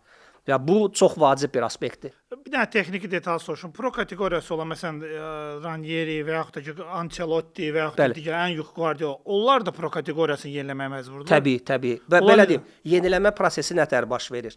3 ilin içində, yəni məsələn sən 2020-ci ildə lisenziya aldınsa, 2023-ə qədər qüvvədədir və bu 2020-dən 2023-ə qədər 15 saat sən hansısa bir pro səviyyəsində bir seminarda, hardasa iştirak eləməlisən. Top səviyyədə olan məşqçilər nə tələb edir? Guardiola gəlib kimdənsə öyrənmir də, cəmaət Guardioladan öyrənir. Bunlar isə o seminarlarda gəlirlər, o seminarlarda bilgi paylaşımı eləyirlər. Yəni Guardiola, Klopp yığıldılar. Arsene Wenger yığılırlar. Bunlar deyirlər ki, qardaş, bax mən nə bilim Manchesterdə uşaqlarla belə danışdım, müxtəlif mövzular haqqında, kommunikasiya haqqında. Mən uşaqlarla belə danışdım, alınmadı, filan şeylədilər, və yaxud da alındı, çox yaxşı təsir elədi. Nə bilim Klopp deyir ki, yox, məndə gərək belə də barmağımı silkələməsəm olmur. Bunu paylaşırlar, taktiki baxımdan, fiziki baxımdan, bu oyunların sayı baxımından. Bunlar müzakirə eləyirlər. Bu özü-özlüyündə artıq onlar üçün digər məşqçilərlə paylaşırlar. Özü-özlüyündə bu onlar üçün artırma sayılır artıq. Yəni dolayısıyla futbolla bağlı Guardiola məsələn Kloppu eşidir, Klopp Guardioladan təcrübə götürür və bu bütün məşqçilər üçün keçərlidir. O cümlədən də Azərbaycan istəyir, harda olursansa ol, hansı səviyyədə işləyirsənsə işlə. Ya belə deyək də, məsələn tutaq ki, harda sən Qırğızstanda gedib bir Klopp işləyəsi olsa, kimlərsə o uzatma baxımından Klopp orada belə deyim, məşqçiləri yığıb özü nəsə də deməlidir. Yəni onu təşkil eləyəcəklər. Klopp da iştirak eləyəcək orada, paylaşacaq bilgisini, avtomatik onun da belə deyim, lisenziyası uzadılacaq. Onda bir dənə sual verim. Kloppla Qurban Qurbanovun pro kateqoriyasında bir fərq varmı? Yox. Heç bir fərq yox. Onda fərq yoxdursa, onda Qurban Qurbanovun da hansısa belə dedi, imtahandan keçməyinə ehtiyac var. O da gedib hardasa bir dənə bir seminar verməyə bəs edir də. Təbii. Yəni bu bilmirsiniz, məsələn son vaxtlarda hava da. Belə deyim də, əslində ən axırıncısı bizdə kursda oldu. Fritz Schmidt var, fitness modulu keçirilirdi bizdə və o fitness modulunda best example deyirlər də, yaxşı bir nümunə. Ən yaxşı nümunə. Bəli, yaxşı nümunə olaraq Qurban Qurbanovu dəvət eləmişdi. Onun da həm də lisenziyasının vaxtı bitirdi. O gəldi kursda fiziki hazırlıq nə qədər vacibdir Azərbaycan futbolunda, fiziki hazırlıqla bağlı belə deyim də müzakirələr gedirdi və burada iştirak elədi, 15 saatını doldurdu. Avtomatik olaraq onun lisenziyası da uzadıldı. Yəni əlavə olaraq hansısa belədir. Biz federasiya olaraq biz məcburuq ki, ildə 2 dəfə belə deyim, məşqçilərin uzatmasından ötürü təşkil eləməliyik bu kursları. Amma məsələn elə məşqçi var ki, belə deyək də, bizim gəlməyə ehtiyacı yoxdur. Özü məsələn harasa xaricə gedə bilər, o da uzadılmaya sayılır və yaxud da bizim hansısa bir seminarda, hansısa bir belə də məşqçilərlə bilgi paylaşımında olursa, bu da uzatmalara daxildir. Çünki həqiqətən də futbol haqqında danışılır. Uzatmaların əsas niyyəti yeni tendensiyalardan agah olmaqdır. Yəni sən məsələn deyək 2000-ci ildə lisenziya almısansa, bugünkü günün futbolu dəyişilib. Sən bu 2000-dən indiyə qədər hansısa bir belə deyək seminara gedib bilgi sahibi olmalısan. Və belə deyim, Qurban Qurbanov da bura qatılandan sonra istər-istəməz onda da avtomatik uzadıldı və bu cür şeylər də gələcəkdəki planlarda da, məsələn, uzatma dövründə Qurban Qurbanovun yəni hansısa bir yerli məşqçilər və yaxud da bizim gənc proda oxuyan məşqçilərlə paylaşım eləməkdən ötürü ya belə deyim, Qarabağın bazasına gedirik, ya o gəlir bizim kurslarda hansısa bir tövsiyəsini verir. Beləcə də onların lisenziyası artmış olur, uzadılmış olur. Tendensiya dediniz, onu da soruşum. Müasir dünya futbolunu qoyuram qıra. Dünya futbolunun öz tendensiyası var. Azərbaycan futbolunda məşqçilər üçün müasir tendensiya nədir? Məsələn, nəyə daha çox fikir verməyə başlayıblar? Taktikanı da deyə bilərsiniz. Məsələn, 3-5-2-yə daha çox fikir verməyə başlayıblar və yaxud 4-5-1-ə və yaxud da ki, hansısa bir şey var, belə bir məqam var ki, məşqçilikdə son illərdə bizim məşqçi sexində bu daha ön plana çıxmır. Yəni mən hesab edirəm ki, doğru qeyd elədin. Əslində bizim də məşqçilər artıq 5-li oynamaq, yəni taktiki baxımdan, çünki uğur əldə etməyimizə daha yaxın sistemlərdən biri buydu ki, biz çox da açıq oynaya bilmirik və yaxud da arxada daha çox belə deyim oyunçu ilə olmaq məcburiyyətindəyik. Ortanı daha çox mərkəz müdafiəçilərin 3 dənə olması daha vacibdir bizim üçün. Bu tendensiya bizim məşqlərdə, bizim Azərbaycanda məşqlər arasında biraz daha çox yayğınlığa doğru gedir. Düzdür, bunu tərcih etməyənlər də var təbii ki. Dörtlüyə daha çox üstünlük verənlər var, amma daha çox tendensiya olaraq bizdə bu istiqamətdə gedirik. Kommunikasiya baxımından bizdə artıq məşqçilərimiz, mən hiss eləyirəm ki, artıq bu kommunikasiyada daha yaxşıdırlar. Legioner futbolçularla kommunikasiyada, legionerlərlə danışarkən artıq daha, belə deyim də, daha səmimi danışa bilirlər. Bu istiqamətdə, o kommunikasiya istiqamətində biraz biz qabağa getmişik. Amma ümumilikdə götürəsi olsaq, məncə elə bu tendensiyadır ki, o 5-liyə daha tez-tez biz müraciət eləyirik. Ümumi yenə də Avropa tendensiyası ilə də müqayisə eləyəsi olsaq, Avropada da indi belə cınaq yarım müdafiəçilərin daha çox ortaya girməsi, daha çox ortada o half space dediyimiz o zonaları bağlaması bizim də futbola artıq bu yansıyır. Çünki istəsən də, istəməsən də legioner oyunçulardır. Onlara da uyğun olan oyun üslubudur. Onlar o futbolu bura gətirir. Bəli. Üstəlik də məcburiyyətdən Avropa liqalarda daha çox tez-tez oynayırsan deyə ki, bizim komandalar yüksək yerlər uğrunda oynayan komandalar Avroliqalarda oynayırlar da xaricilərlə. İstər-istəməz buna uyğunlaşmaq məcburiyyətindəsən. Qarabağ illa ki, artıq bunun içində olan birisi kimi, yəni onlar da bu yeni tendensiyalarda o insightları qoşmaq, daha sonra müdafiəçilərin mərkəzi də keçib, rəqib komandanın hücumçularına qarşı rəqibin cərmə meydançasının həndəvərində artıq birə-bir oynamaları, bu artıq belə deyim, Qarabağ üçün yeni tendensiyalardan biridir. Qarabağ nəsə yenilik gətiribmi? Azərbaycan futboluna, Avropa futboluna təsiri... Məncə yenilik taktiki baxımdan bir yenilik gətirməyib. Yəni zaten o oyun üslubu var idi. Yanaşma olaraq bir yenilik gətirib. Yanaşma çox vacib bir aspektdir. Yəni burada bir taktika ilə bağlı deyil. Yəni burada idarəçilik olsun, daha sonra idman menecmentindən danışaq da, idman menecmenti olsun, məşqlərə yanaşma olsun, məşqlərdə oyunçular üçün yaradılan şərait olsun. Bütün bunlar hamısı belə deyək, Qarabağ daha öndə gedən, daha öncül bir komandadır ki, bazasının olması, daha sonra oyunçuların bir fitness zalının olması, birinci bir fitness zalı tikdilər, çox balaca oldu. Yəni, belə deyək də, keçmişdəki o standartlar kimi bir dənə kvadrat bir belə deyək də otaq olsun, 2-3 dənə qantel oldu, 2-3 dənə aqreqat oldu, bəs eləyir. Amma bugünkü günümüzdə ən azından o fitness otağının uzunluğu heç olmasa 20-25 metrə yaxın olmalıdır ki, onun içində hərəkətlər eləyə biləsən. Və bunu Qarabağ artıq belə deyək də hansısa bir otaqlarını ləğv eləyib böyük bir fitness zalı tikdilər. Çünki bunun etkisini, bunun təsirini oyunlarda görə bilirlər. Yəni bunun nə qədər vacib olduğunu oyunda gördükdən sonra ki, sən Çempionlar Liqasının qrup mərhələsinə düşə bilirsən, orada kimlərisə qalib gələ bilirsən və bilirsən də ki, bu tikdiyin şeyin sayəsindədir. Yəni qeyd etmək olar ki, müasir futbolda atletizm artıq bir ön plana çıxıbdı. Bu ikisi də eyni səviyyədə gedən, əvvəl bəlkə deyirdilər ki, atletika daha vacibdir. İndi ikisi də eyni səviyyədə çox vacibdir və illah ki da peşəkar səviyyədən danışırıqsa, ya top səviyyədə olan oyunçu bayaq dediyimiz kimi taktiki, texniki baxımdan zubirə nəsə çox şey öyrədəsi deyilsən. Yəni Zubirin sağlam və gümrah olması həddən artıq çox vacibdir ki, Zubir bacardığını meydançaya qoya bilsin və bunu 90 dəqiqə, üstəlik də 3 gündən bir eləyə bilsin. Yəni burada artıq onun fiziki hazırlığı, zədə almaması nə qədər önəm kəsb eləyir. Və üstəlik də belə deyim, o fiziki hazırlıqda qaçmaqla yox, daha çox texniki elementlərlə əldə eləməkdən söhbət gedir. Və bu, belə deyim də, bəlkə də bugünkü günümüzün ən prioritet, bütün o məşqçilər əslində Klopp olsun, Liverpoolda işləyərkən, Guardiola Manchester City'də hamı deyir ki, belə şey olmaz, 3 gündən bir oyunları saxlamaq lazımdır. Əlavə 50 dənə kubok oynadırsınız bizə. Dünya çempionatına yolladırsınız bizi. Ya bu oyunçular yazıqdılar. Yəni əməlli başlı üsyan eləyirlər. Çünki yəni onu texniki, taktiki baxımdan söhbət getmir. Burada oyunçuların fiziki yorğunluğundan söhbət gedir. Ona görə də bu günümüzün futbolunda bu çox önəm kəsb eləyir. Və Qarabağın da oyununa baxası olsaq, mənə elə gəlir ki, fiziki hazırlıq baxımından kiməsə məğlub olmayıblar hələ. Məğlub olduqları oyunlarda belə.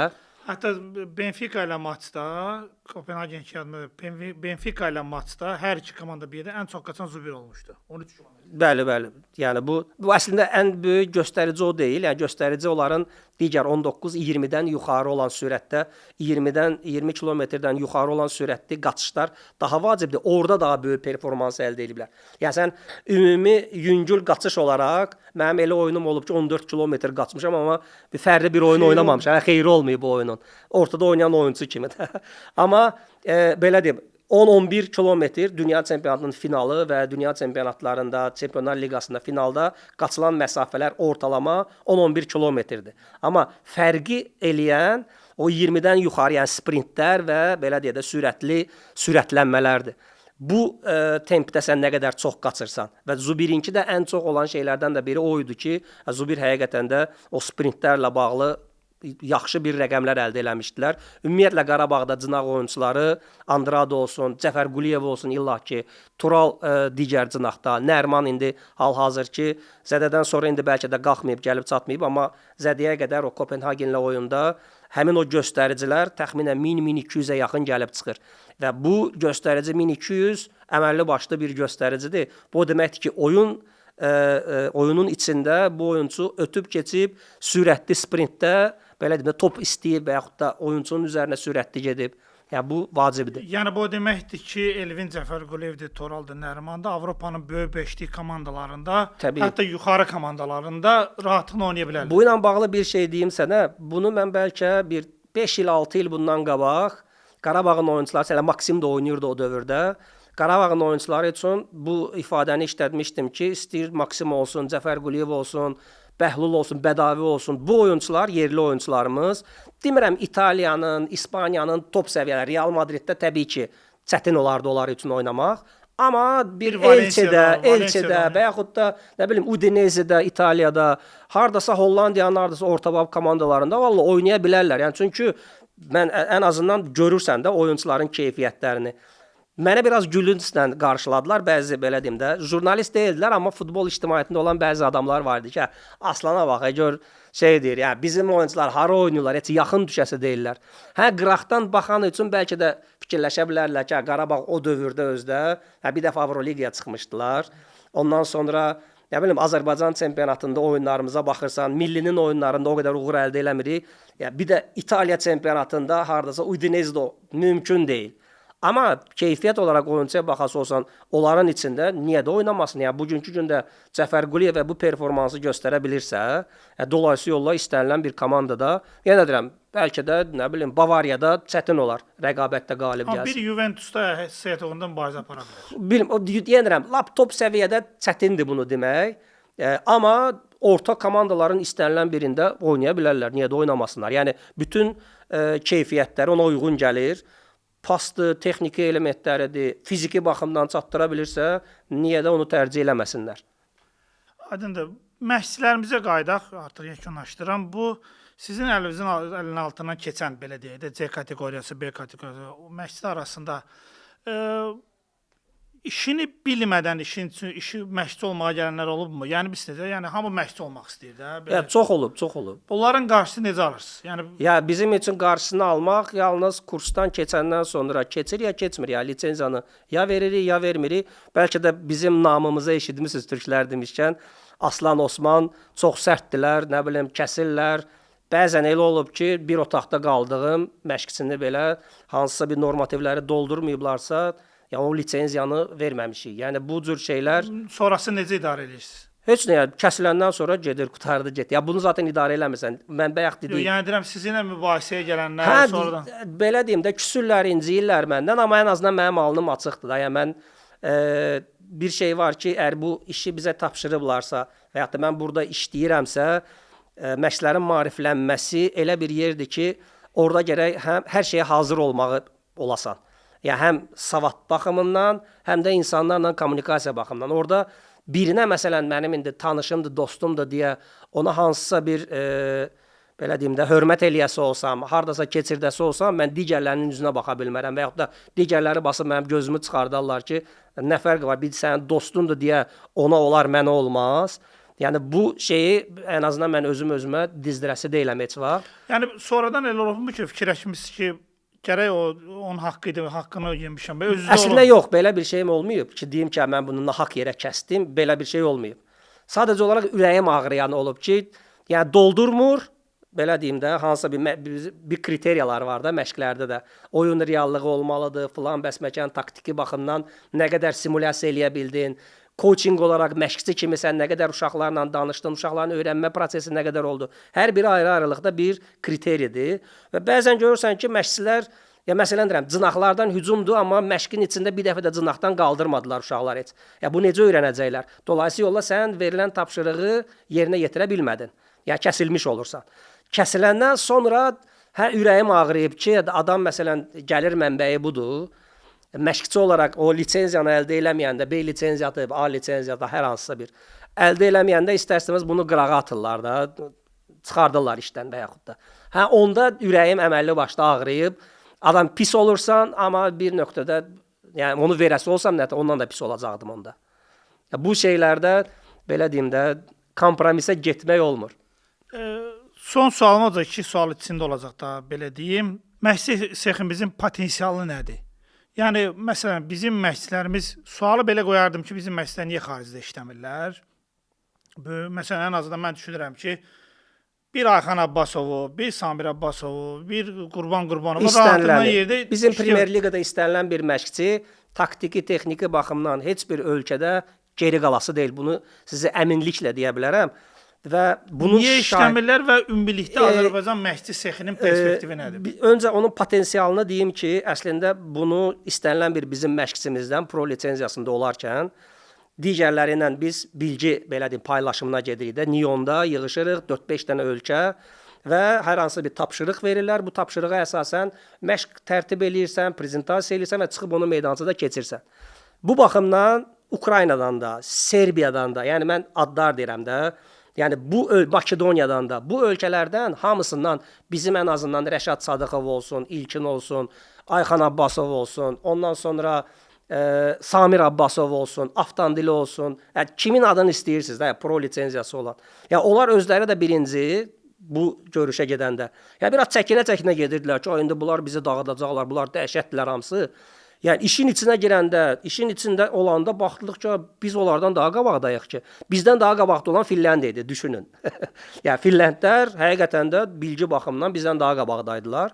Amma digər sadaladığım Ukraynası olsun, Serbiyası olsun, yəni əməlli başlı biz onlardan fərq yaradırdıq. Yəni bunu belə əminliklə deyə bilərəm sizə. Və tək mən yox da, o məşqçilərin özlərindən də soruşasınız, təsdiqləyəcəklər. İş burada bilgi məsələsində getmir. Bizim məşqçilərimizin keyfiyyəti əməlli başlı üst səviyyədədir. Sadəcə olaraq burada məsələn xaricdə işləmək baxımından, xaricdə işləmək indi baxası olsaq kimlər daha çox işləyir? Serblər, düzdür? Xorvatlar, Almanlar, İspanlar, Fransızlar. Niyə? Çünki ölkə olaraq uğur qazanan ölkələrdilər. Yəni bir də ki belə stereotip var da. Məsələn hər Braziliyadan gələn futbolçu texnikalı futbolçu demək deyil. Yəni mənim yadıma gəlir Qarabağda bir dənə təzə futbolçu gəldi yoxlanışa. Hamımız özümüzə çəki düzən verdik ki, paça arası atacaq bizə də birdən. Ya top ayağına dəyərdi 10 metr aralanırdı. Heç əlaqəsi yox idi. Və yaxud da hər İspan yaxşı məşqçidir demək deyil, hər Alman yaxşı məşqçidir demək deyil. Ona görə də bizdə biraz stereotiplər var. Bu dünyada belənçinədir. Bu ölkənin məşqçiləri daha çox işləyə bilirlər qıraqlarda. Və bizim işləməməyimizin Belə çıxır ki, məsələn, Qurban Qurbanov uğur qazandıqca, Ayxan Abbasov milli Təbii, komandada təbii, uğur qazandıqca o bizim məşqçilərdən Təbii. Amma uğur qazanandan da sonra gərək Qurban Qurbanov gedib işləyə. İşləyəndən sonra uğur məsələn bir Türkiyəyə gedəsi olsa, orada hansısa bir uğur əldə eləyəsi olsa, mən əminəm ki, növbəti ilində 2-3 dənə məşqçimizi də yenə də istəyə bilərlər. Yenə də hansısa bir xarici ölkələrə. Yəni bu çox vacib bir faktordur. Yəni bu potensialı gələcəyə bütün məşqçiləri görmüsüz, CBA hamısını görmüsüz. Yaxın 5 ilin deyə, 5-10 ilin Azərbaycan məşqçiliyini harda görürsüz? Azərbaycan məşqçiliyini yuxarıda görməkdən ötürü bizim futbolumuzun ümumi yuxarıda olması lazımdır. Buna da qayıdım ki, bir tək biliklə iş düzəlmir. Yəni sənin əgər kütləviliyin çox zəifdirsə, sən peşəkar oyunçu əldə eləyə bilməlisən. Legionerlərlə filan bəsməkan hansısa bir klub səviyyəsində yaxşı, doğru düzgün işləyib Qarabağ kimi uğur qazanacaqsan. Amma baxmalıyıq ki, Qarabağın heyətində cəmi 2-3 dənə bizim yerli oyunçumuz oynayır. Qalanları legionerlərin sayəsindədir. Dolayısıyla yolla sən kütləni düzəltməsən, Azərbaycan futbolçularını inkişaf etdirməsən, o səviyyəyə gəlib çıxa bilməyəcəksən. Uşaqların da inkişafında bir tək məşqçi rol oynamır. Yəni sənin əməlli başlı təlim məşq bazaların olmalıdır.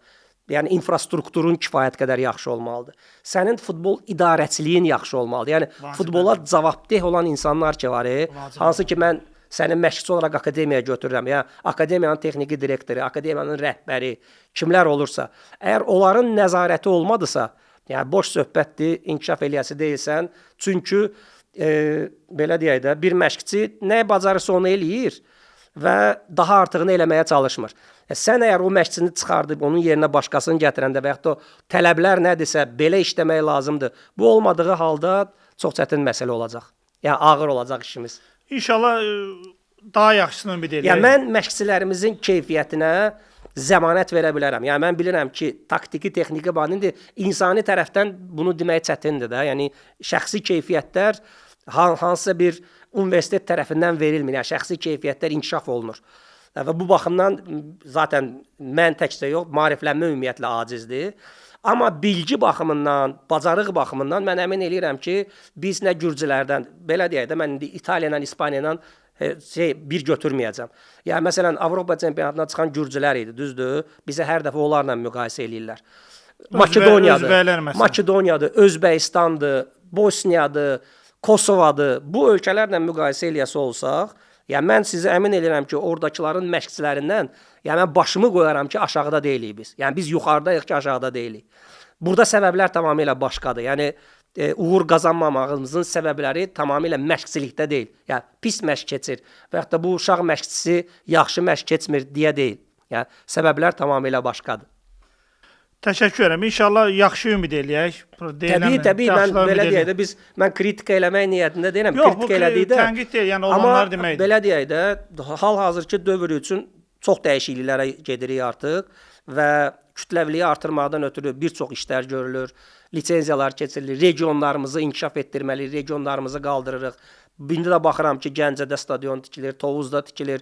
Yəni cənub zonası olsun, şimal zonası olsun və bu istiqamətdə işlərin getdiyi görsənilir. Sadəcə olaraq bu elə bir yoldur ki, burada bu gün eləyib bir aydan sonra nəticə görə biləsi deyilsiniz. Bu nəticə yalnız 5-6 ildən sonra düzəltilərin görə biləcəyik.